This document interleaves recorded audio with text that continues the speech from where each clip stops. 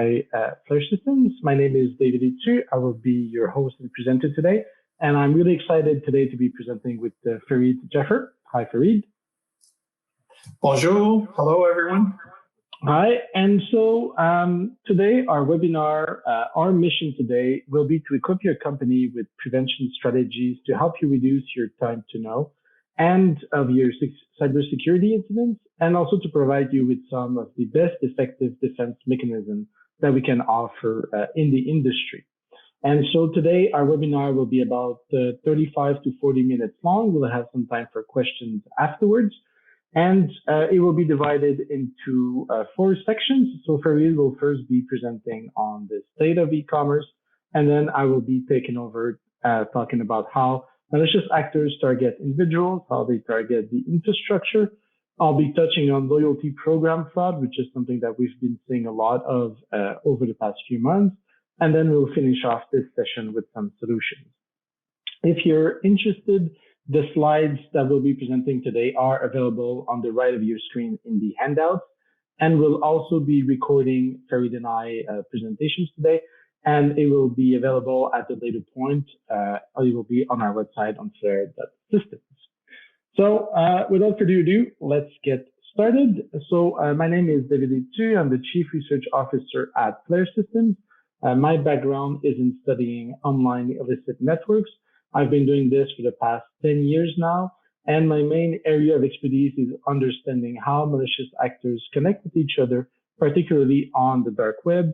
I have a lot of published papers on how technology has changed malicious actors, crime, and the response to this crime. And that's what I'll be exploring today is some of my techniques that I've used to infiltrate these networks and get a better understanding of how they operate. And as I said, I'm joined today with Farid. So maybe I can let you introduce yourself, Farid, and start off this webinar officially. Yeah, thank you, David. And hello, everyone. Happy to be here in Vancouver. It's a beautiful day, as always. A little bit about myself. I'm a former CIO in banking, financial services, retail, with the largest retailer in Canada. And for the last few years, I've been running my own consultancy, doing several speaking engagements on issues from cyber risk to digital e-commerce trends to fintech, even blockchain and cryptocurrency.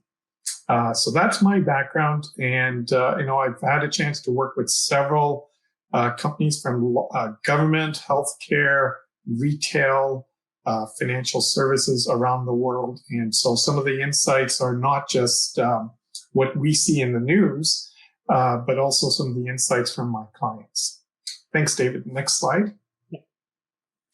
So I'm going to focus on what the trends are today. And it's nothing to do with what's happened in the past in terms of e-commerce and because we're in a different world. We're in a world where things have changed so drastically, so fast. It's unprecedented. It's a new world, and organizations from government to retail to financial services and just about every sector trying to figure this out and figure out how to not just survive, but if you can survive, how do I thrive in this new world? Things where I'm seeing. It's reflected in the news. Just this week, Amazon's looking to take over abandoned malls in the US to create fulfillment centers. So why build giant warehouses to service e-commerce and retail through e-commerce channels like Shopify, like Amazon Marketplace, and others from Google and what have you. Even the small players are looking for space.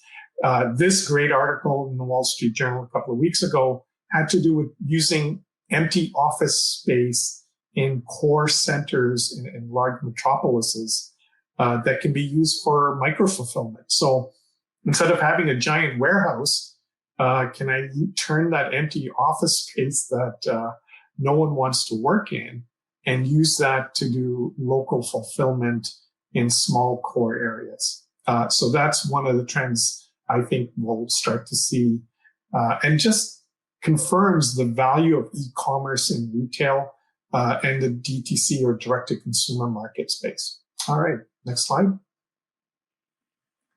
And not only are we seeing that type of activity, I'm seeing many companies saying, in order to survive, we've got to change our model from just bricks and mortar, and even just thinking about e-commerce to becoming a digital company. So, Nike's looking to establish their stores so that when you walk around with your mobile device, there's digital incentives and activities that would lead you into their stores, their new stores, which are going to be tied through Wi-Fi or Bluetooth. And if you agree to sharing your data, part of that digital ecosystem. So this is a trend I'm seeing, not just here in North America, but globally. All right. Next slide. Here's a very interesting thing. If you've ever walked into a Lululemon store, it's all about the experience you get when you're in a Lululemon store, whether it's talking to people who share the same values, ideas. It's a community, right? So when you're in a Lululemon store, it's a community. Well, with stores closed, how do you take that community and grow it digitally? So one thing Lululemon did is a couple of weeks ago, they spent $500 million acquiring this company called Mirror. So everyone's heard of Peloton with the biking trend at home, and you can bike in a community with your instructor, with other people almost around the world. You can even do the Tour de France, at home. So with Mirror, it's the same thing, right? So what's unique about Mirror? Well, what's unique about Mirror is Lululemon's very clever strategy to bring the store to your home. So not only can you work out, you can now see yourself trying out in that augmented reality, trying out your Lululemon pants or outfit. And, while you're working out, you might see the instructor wearing Lululemon clothes. And you might click on the screen and say, what would that look like with me on it, right? And I can purchase and get it shipped to me at home right away. So how do I bring that experience from a bricks and mortar storefront into my home? And this is what Lululemon's doing very carefully. And, they're expanding when other retailers are almost, declaring bankruptcy, whether it's the large department stores to even small chains across Canada and the US. So this is one example. Another example just occurred on the CPG side with Keurig. They make the coffee pods that just about everyone has at home, and they own Dr. Pepper, Canada Dry, very large consumer packaged goods company out of Texas. And they've launched 10,000 coffee makers on trial in the US that have Wi-Fi. So the Wi-Fi is connected in your home, which will send them the data and analytics they need to predict what the trends are going to be, which coffee you're buying. For you as a consumer, you get what's the right water temperature, the best setting for your coffee. And they're doing this. And I think, very soon, you'll be able to get Keurig coffee machines that are connected through Wi-Fi to the internet and provide them with data and analytics. We have connected Nest thermostats, Ring central door knobs, security systems. We have so many refrigerators from Samsung. They're all IoT connected devices. This is just another one. And this is being exacerbated by what's happening with the pandemic. All right. And the big trend here, we know that e-commerce is growing. We know direct to consumer is growing. What's the difference? Here's the difference on this slide. Look at the curve for China in blue. Okay, see what's going on in China, because everything is QR codes in China. In fact, China is more cashless than just about any other country in the world. If you're a tourist in China, it's almost impossible to use your credit card even to pay with cash, right? So you've got to have the ecosystem, the support systems, the financial systems from companies like Tencent and Alibaba with Alipay. Tencent uses WeChat. I mean, this is how things operate in China. And to me, this is a predictor of what's to come in the rest of the world. I think it'll happen faster in third world countries as they leapfrog the first world, and eventually it'll catch up in the first world. All right. Next slide. So, with e-commerce, with selling direct to consumers, there's always opportunity for the malicious and bad actors. And the statistics in Canada are reflecting that. This came out from the Retail Council last week. So fraud increases, customer credentials are being compromised, data issues in Canada, just about everywhere in the world. And there's no discrimination. They're not saying, let's just target the big companies. They're targeting the very small companies all the way to the largest companies. And the concept here is, if you make it easy for the malicious actors, they will go after the easiest low-hanging fruit rather than the companies that have the right processes, people, and technology in place to protect their customers and their businesses.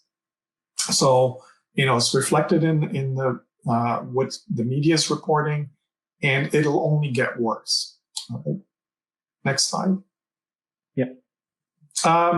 And these are just examples of what's going on, whether you're in the supermarket business, just about every week, there's something being reported in the news. This is Instacart's customer credentials being sold online just a couple of weeks ago. So what happens when your data shows up on the internet? Well, eventually, it's not just the cost of mitigating that or the damage to your reputation. You're now going to see class action lawsuits, and it doesn't matter how big you are. So the biggest retailer in the world is not immune from this. And so, you're starting to see lawsuits, class action lawsuits around customer credentials being compromised and being sold on the dark web. This is an example with Walmart, and again, just from less than a month ago. Next slide. Yeah. All right. So I'm seeing lots of trends around lawsuits. In summary, e-commerce is taking off, but so are the malicious actors and targeting companies, organizations, employees who are working from home. So it's incumbent upon organizations to be more diligent in this process. Thank you very much. I'm going to turn it over to David. Yeah, thank you. So thank you for the very good introduction and talking about e-commerce in general, the trends that we've been seeing. And I want to pick up where Farid left off and to talk a bit more about how malicious actors are targeting customers and companies as well. And when we look, first of all, at individual, which means it can be customers, it can be employees, what you're going to see is that phishing is still, and scam pages are still a very significant threat for companies. So basically, malicious actors will create pages that look exactly like the pages of your company. And what you see over here is one I've chosen from Apple. And here we have a demonstration of what it looks like when you visit their website. And this would be a fake Apple website where you're asked to enter all your information. And you see the degree of sophistication of the menus, every error message is there. So for the customer, it's very easy to be fooled by these pages if they're redirected over there, either through phishing, spams. And once they get there, well, then they can share the information, their logins to your website. And so we've seen that this is a very significant threat and that the level of sophistication of actors has been increasing steadily and has become pretty stellar if you look at this page, for example.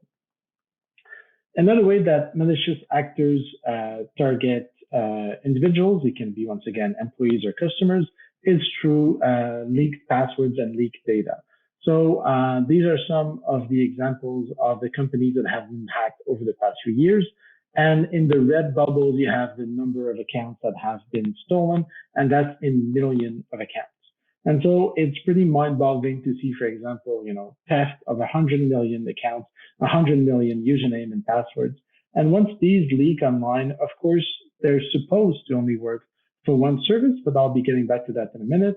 But malicious actors can reuse this information to go after other companies. And so even if Equifax is attacked by malicious actors, well, it means that the information that was stolen can be reused at a later point to attack other companies. And this has been one of the main threats against companies, is understanding that even if you're the most secure company in the world, because others have failed at some point of security, well, this creates a problem for yourself as well. The third way that we've seen that malicious actors are going after companies and individuals is actually through hiring hackers. And one of the upcoming blog posts that we're working on right now is looking at these jobs for hire on these hacking forums and looking at what are malicious actors looking for in terms of skills, in terms of partnership. And here you have a hacker who's posting publicly a message saying to the world, well, I would like to get into business with someone who's able to dump databases from websites. And this person says that they can move these dumps very quickly, which means that they can use the information that has been stolen. And this will usually be username and passwords or even credit card information. And they will resell it, as Fareed mentioned, either on the internet or on the dark web. And they, of course, are going to get paid in Bitcoin.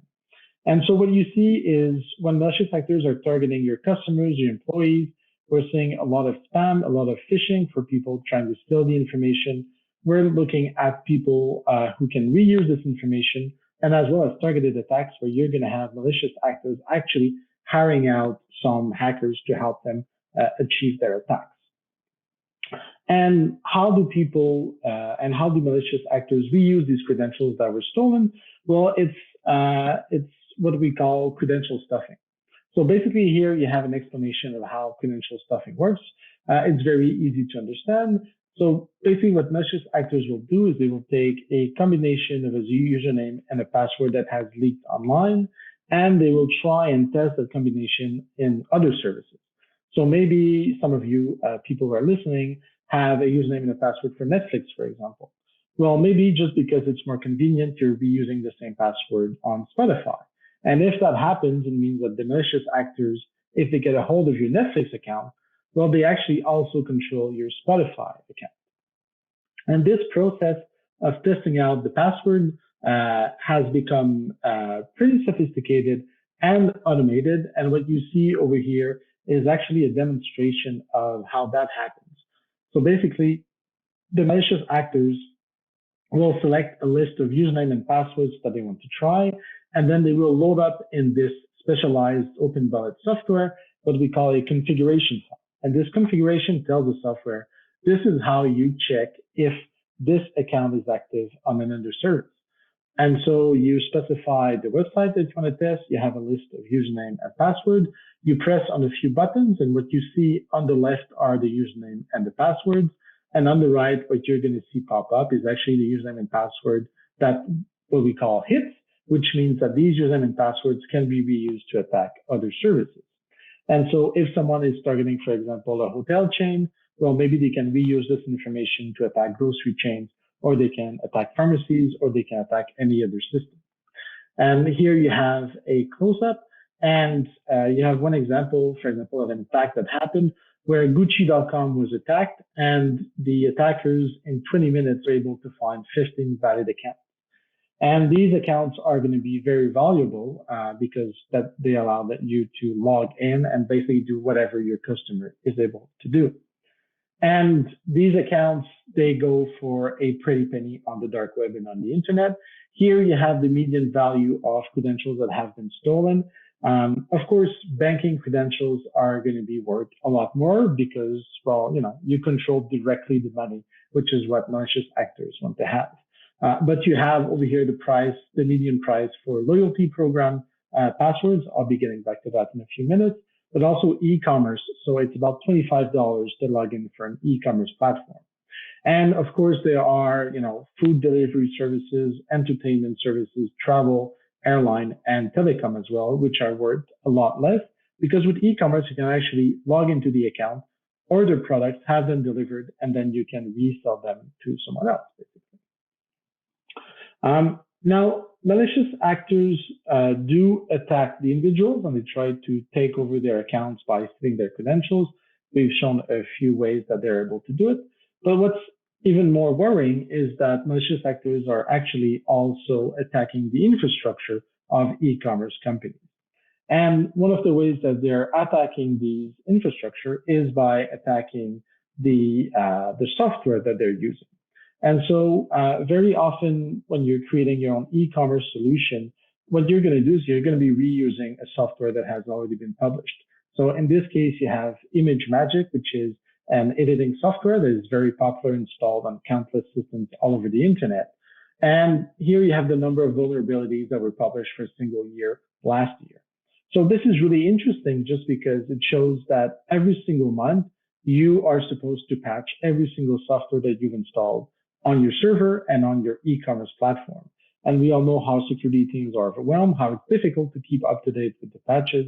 But if you let one of these patches open, it means potentially that you could end up with this website over here, where you see that malicious actors posted this screenshot on the dark web, and they showed how they managed to get into an e-commerce platform just because they were using an out-of-date software, and how they were able then to control this platform and to steal money from it. Another technique that malicious actors are using is actually by targeting the templates, the plugins, the themes. And this was one of the really interesting aspects of this research, was looking at how malicious actors get into e-commerce platforms. Well, very often these e-commerce platforms are going to be using popular services. It can be, for example, OpenCart. It can be WordPress. And what malicious actors will do is that they will gain access to the templates, the plugins, the themes that people are using, and then they will change them to include malware on them. Which means that if you're browsing the internet, you're looking for a new WordPress theme, for example, you find a reputable source for these themes. You go online, you buy it, and when you install it, what you're actually installing is the theme, but also some malware that will, either steal your customer's information, maybe just, get root access and have even more access. But what you're actually doing is infecting yourself. And so this is when we talk about the supply chain attack, where malicious actors are actually targeting the supply chain for these e-commerce platforms and make sure that they infect them even before they reach their customers. And what you see here at the bottom of the screenshot is actually the number of visitors that a service that has been hacked, that is supplying these templates, these plugins, and these themes. And what you're saying is that almost 5 million people visit this website that was infected. So these 5 million people, everything that they download on that platform is potentially laced with some malware, which is very worrying. Now, of course, you're going to find, some technical attacks as well. We've, heard about SQL injection. It's basically when people are trying to log into your website, well, instead of entering a username and a password, they're going to ask the software, well, you could check for this username, but is 1 equal 1? And because it is, then they're allowed into the website. And this is something that we commonly see still on websites. So these technical attacks, again, e-commerce platforms that still work to this day. Now, very interestingly is many people may think that just because they have an e-commerce platform and they're outsourcing the payment, then it's not such an issue to be infected. And this is true to some extent. So if you're running, a Shopify account, if you're running a WordPress store or a store on many e-commerce platforms, when it comes down to the payment method, very often these websites will redirect the users to other platforms. They can be redirected, for example, to PayPal, to Stripe, to many other payment services. And what the malicious actors have actually done is what they call credit card sniffers, which means that if they get access to your e-commerce platform, they will be able to install these credit card sniffers. And even if you're redirecting your users to PayPal or to Stripe, they will still be able to catch all the traffic from the customers, and they'll be able to steal the personal as well as the financial information of the customers. So I've censored some of the information here. They provide proof of what they've been doing. And these guys have been working for about 2 years now. with their credit card sniffers that work seamlessly. There's hundreds of feedbacks of people saying that they work very well. And the business model of the people developing these credit card sniffers is going to be a revenue share. So basically, the people who manage to get into the e-commerce platform and install this credit card sniffer will get about 85% of the revenues that they steal. And then the people who develop this malware, who's responsible for stealing all of this information, will get about 15% of the revenues. And what you're seeing over here is that actually this credit card sniffer is disguising itself as a Google Analytics code to make sure that even if you're, reviewing your website and looking at the JavaScript, you're not necessarily going to flag it, and they're going to be able to remain on your website for a longer period of time. So what we've seen is that malicious actors who are targeting e-commerce have become pretty sophisticated. They're going after the users with very sophisticated means. They're also going after the infrastructure. And in many cases, what the malicious actors are going to be after is actually the login to the platforms. And that's because they either want to make purchases on the platform or they want to resell these username and passwords to someone else who will make purchase on the platform and then resell the goods online or in stores. And all over the internet and the dark web, I don't think I'm teaching anyone anything when I'm saying that there are these massive websites. And here we have an example for one Canadian retailer where malicious actors are reselling username and passwords that were stolen. You have the type of email that the person was using when it was uploaded. You have the price on the right, and you see that the prices are very low. So it's about $1 or $2. And what you see is you have a number of points. You have the first name of the person, and it actually allows you to use the person's points and credit card on file to make purchases. One of the main points that I wanted to make today, however, is that in many cases, the malicious actors will want to steal or gain access to the accounts, yes, but mostly and also steal the personal and financial information of people. So on the website, you could actually sort all of the listings, all of the accounts that were for sale, and look for those that actually had a credit card. And in one case, you even have 3 credit cards that were associated with an account. And in many cases, when you get to the website, you're not able to look at the information, but very often malicious actors will use, social engineering attacks. They will call up a call center, and because they have control of the account, then they have some basic information, and they can get the person on the call center to tell them exactly what the information is. So what is the full credit card number? What is the full contact information of the person? And so they can reuse these stolen identities to do identity fraud and do a lot more damage. And so we may think that, they only have a login for Netflix, for example. Well, maybe it's a login for Netflix, but it's also a gateway to all of the person's identity, financial information. And that can be a very big problem if that information leaks from an e-commerce website, because that e-commerce website may be held responsible for what happened. Another reason why malicious actors are targeting e-commerce platform is because very often these platforms will have loyalty program associated with them. And a big trend in malicious activity we've seen over the past few months is also attacks against these loyalty programs, because there's something that people don't talk as much. Maybe the security wasn't thought of or was thought differently than for the main website. And we've been looking at this loyalty fraud program fraud in Canada over the past few months. And we've had a few lessons that I wanted to share with you today. The first one being that, at least in Canada, there is a small number of actors that seem to be controlling all of the fraud for loyalty programs. And here I've shared with you on Canadian headquarters, his name is Empire Shop. So he's one actor on a well-known Canadian dark web platform, which is called Canadian Headquarters. And this Empire Shop actor appears to be dominating the market, and he just has incredible price. And this is a chat that we've had with another malicious actor that is not Empire Shop, and we were comparing kind of the prices and everything that they were doing. And the other malicious actor was saying, yeah, there's no way that we can provide you with as many points for as cheap as Empire Shop has been able to do. And that's why this single actor has been able to corner a lot of the market for loyalty program fraud and resell a lot of the accounts that have been stolen in Canada. The other thing that we've seen is that, malicious actors, they don't tend to specialize in the fraud of a single loyalty program. They seem to be very opportunistic. So it's very interesting to see that, even though you're not being targeted today, doesn't mean you won't be targeted tomorrow. Pretty much everyone appears to be targeted at some point or another. And it doesn't look as though there is just one thing that sets companies apart to make them vulnerable to this type of fraud. What we have seen, however, is that there are three industries that appear to be more targeted than others. We're looking at air travel.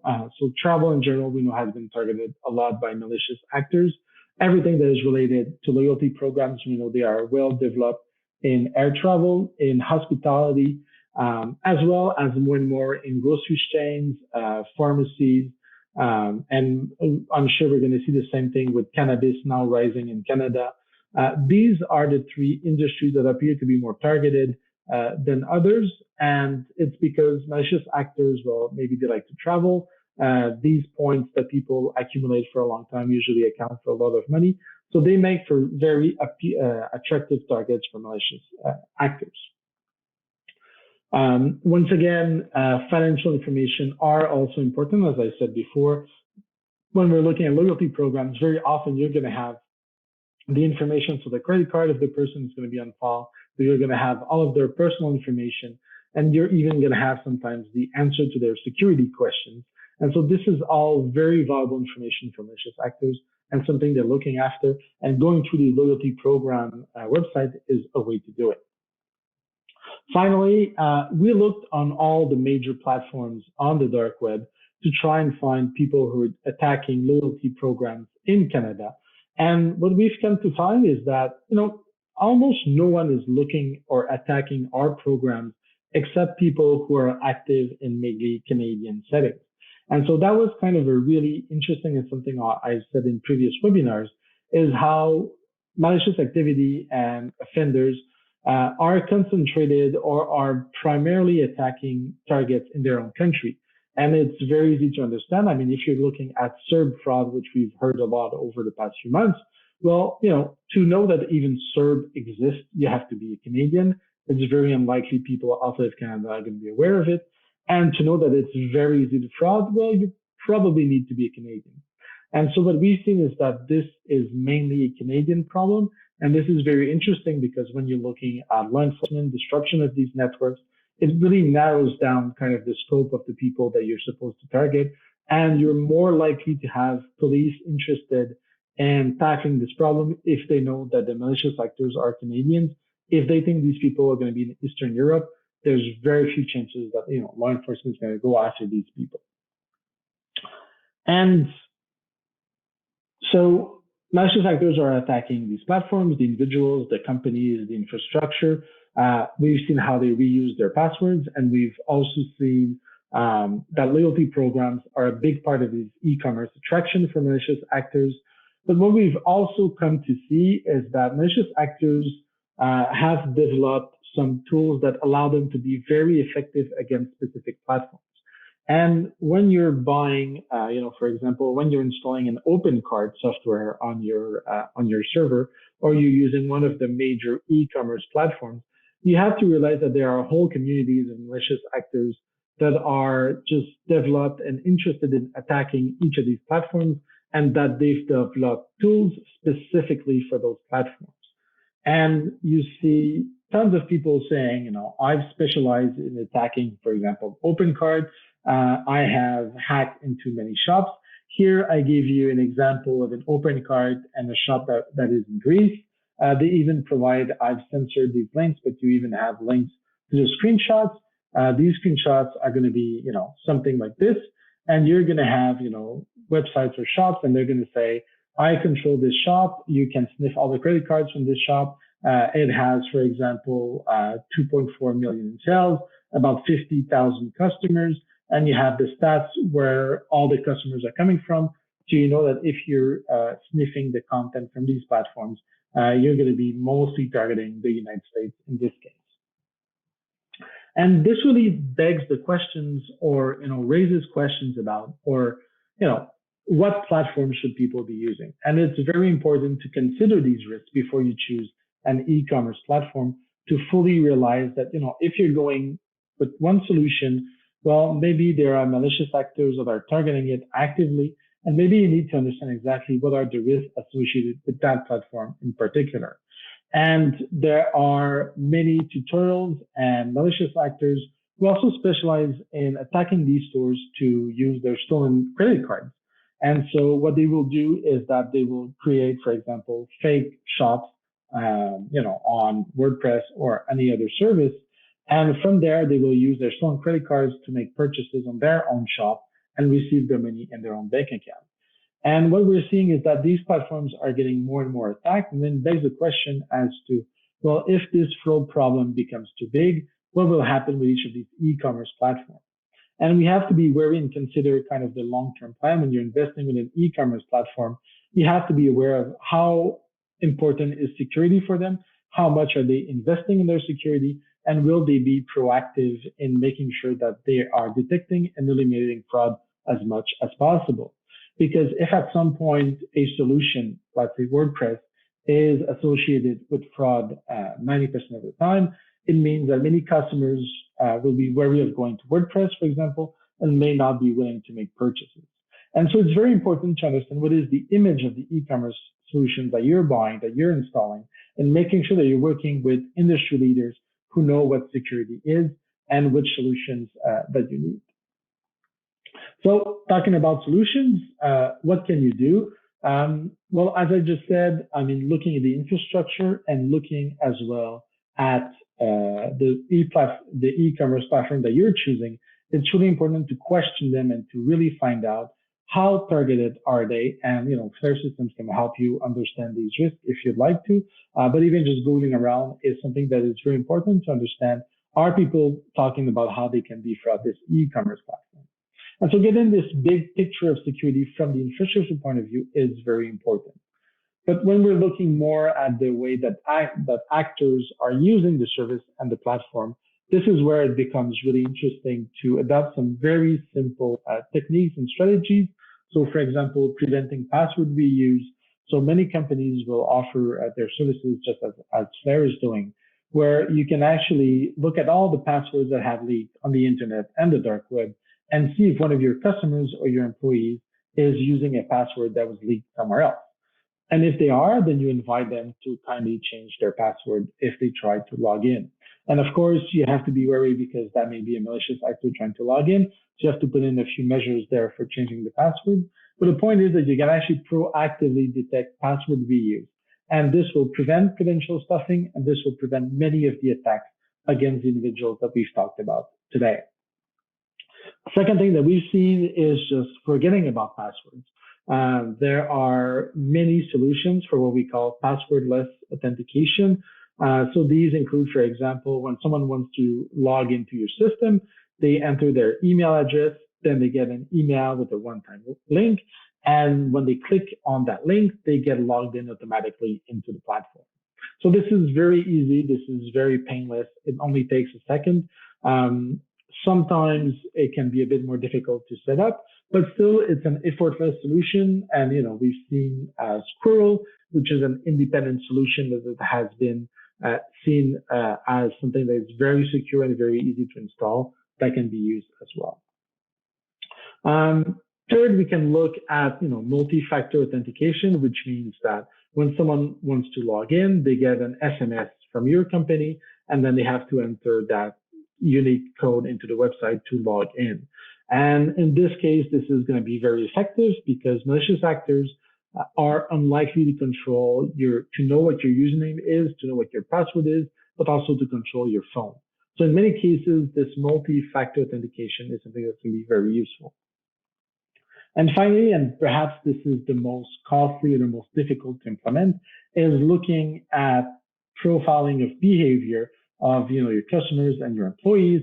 And this is where you're looking at IP addresses, geolocalization, the web browser, even the length of the session and the type of activity while logged in that that people have, and try to compare that to a regular kind of day for your employee or a regular purchasing experience for a customer. And so when you're doing these profiling of behavior, you're trying to see, is this person logging in with valid credentials, doing what they're supposed to? And if they're not, then maybe it's time that you ask them a bit more questions.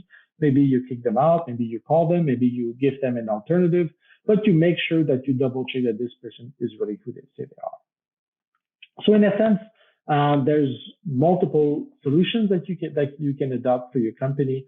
I think that preventing password reuse is completely transparent to the user. They don't see that anything is happening if they're not using their password.